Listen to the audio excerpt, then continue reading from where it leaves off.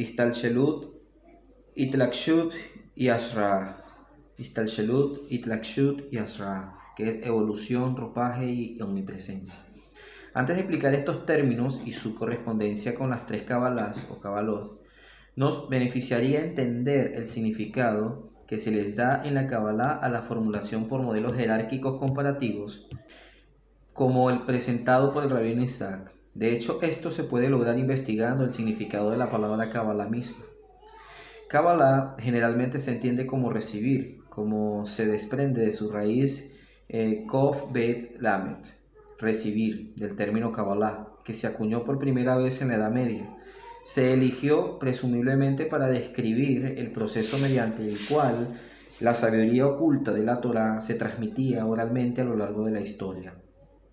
Cada generación de estudiantes recibiendo la tradición de nuevos maestros. No obstante, se puede derivar un matiz adicional de significado de la asociación entre la palabra Kabbalah y la primera aparición de la raíz Kabbalah en la Torá, que está en Éxodo 26:5 y 36:12, que es de la raíz en la que es Magbilot. La raíz Kabbalah Kaf Bet Lamed de la palabra Magbilot parece implicar un estado de correspondencia en lugar de recepción. Se usa para describir los bucles correspondientes que cuando se unen a las dos secciones del voladizo que cubre el tabernáculo, era el techo del tabernáculo, se utilizaban unos magbilot. Y esos magbilot eran especie de anillos que unían las dos partes del tabernáculo. Es decir, que en la parte superior esas dos cortinas que eran hechas de piel de tejón, ¿verdad? Esos techos, esos dos cueros se unían a través de estos magbilot que eran como anillos de oro. Esto también podría inferir de que esa unión de esos anillos vendría representando dos mundos, un firmamento, el firmamento superior y el firmamento inferior, o las aguas superiores, las aguas inferiores, o el ser supremo y el ser finito, el ser humano. Podría ser. ¿Cómo llegó más tarde a la raíz gramatical que denota el acto de recibir? El mensaje implícito es que para recibir completamente alguna esencia, primero tiene que haber una calibración adecuada o correspondencia. Es decir, antes de recibir tiene que haber una correspondencia. Nadie puede recibir algo si primero no tiene las herramientas correspondientes para recibir tal sabiduría.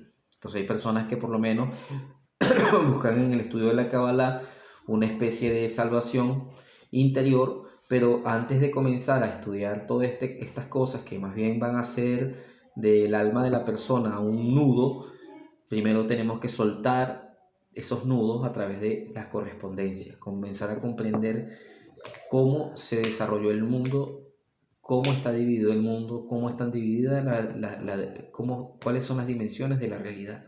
Mundo, alma, divinidad. ¿Quiénes somos nosotros como seres espirituales? ¿Cómo estamos conectados con el ser superior? Y luego de eso ir comprendiendo paso a paso cada uno de los aspectos del alma, cada uno de los aspectos de la psique, cada uno de los aspectos interiores, porque de otra manera esto podría traer una especie de confusión y también como un misticismo equivocado, donde se comienza a buscar las respuestas a todo en rituales místicos o dogmas y todas estas cosas, como en la antigüedad, que la antigüedad era percibido de esta manera precisamente por esa inmadurez psicológica, inmadurez emocional o espiritual, y las personas comenzaban a relacionar a Dios con aspectos físicos, como decir, adorar un animal, adorar una piedra, adorar un árbol, adorar un sol, adorar la luna o adorar a otro hombre.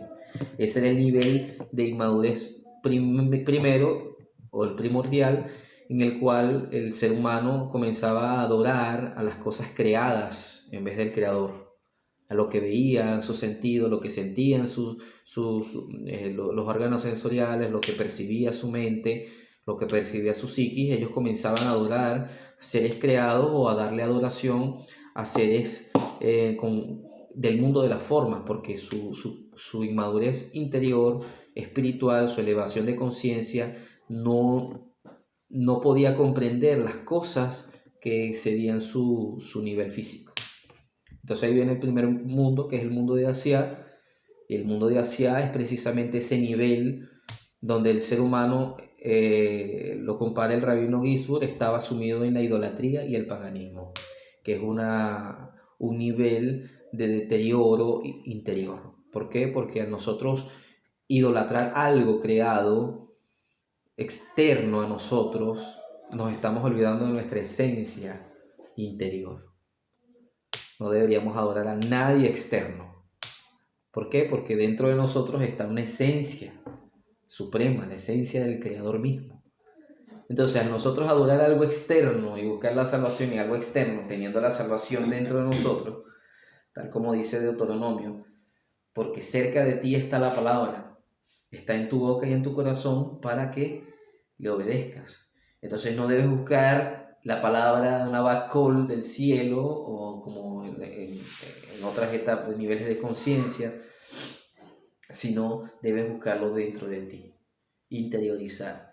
Y es en algo que en la actualidad se ha comprendido, se ha llegado a esta comprensión a través de muchas etapas de la historia. Digamos, la humanidad como alma colectiva ha tenido que aprender a través de muchas etapas de la historia, a través de grandes cataclismos religiosos, digámoslo de esta manera, guerras, invasiones, donde obligaban a las personas a creer en una religión, en una fe, en un Dios, muerte, devastación, acciones que se daban en nombre de Dios o en nombre de algún Dios o alguna deidad.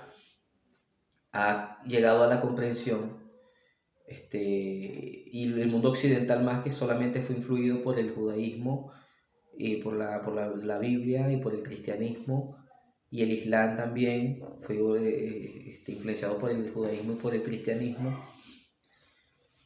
Esa conciencia estaba muy apegada a esa percepción de adorar algo externo, algo lejos, un Dios impersonal, alguien que no estuviera dentro de nosotros, sino un Dios que estaba en otro lugar diferente al nuestro y que nosotros aquí debíamos luchar por alcanzarlo.